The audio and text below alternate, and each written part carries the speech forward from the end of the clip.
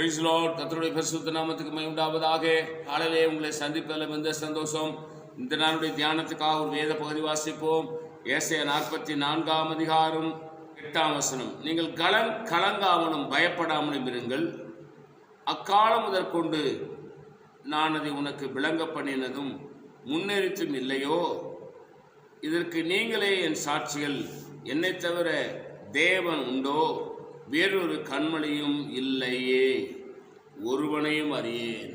இயேசுவை தவிர நம்மளை ரட்சிக்க, நம்மளை ஆசீர்வதிக்க, நம்மளை உயர்த்த, நம்மளை பாதுகாக்க, நம்முடைய தாகத்தை தீர்க்க இந்த உலகத்திலே வேறொரு தெய்வம் இல்லவே இல்லை என்பதை மறந்து விடாதீர்கள்.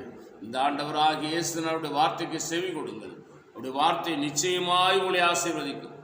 இயேசுவின் நாமத்திலே நீங்கள் எதை வச்சு கேட்டாலும் அதை ஆண்டுடைய நாமத்துக்கு மகிமையாக அவர் செய்வார். ஆகவே நான் உங்களுக்காக ஜெபிக்கிறேன்.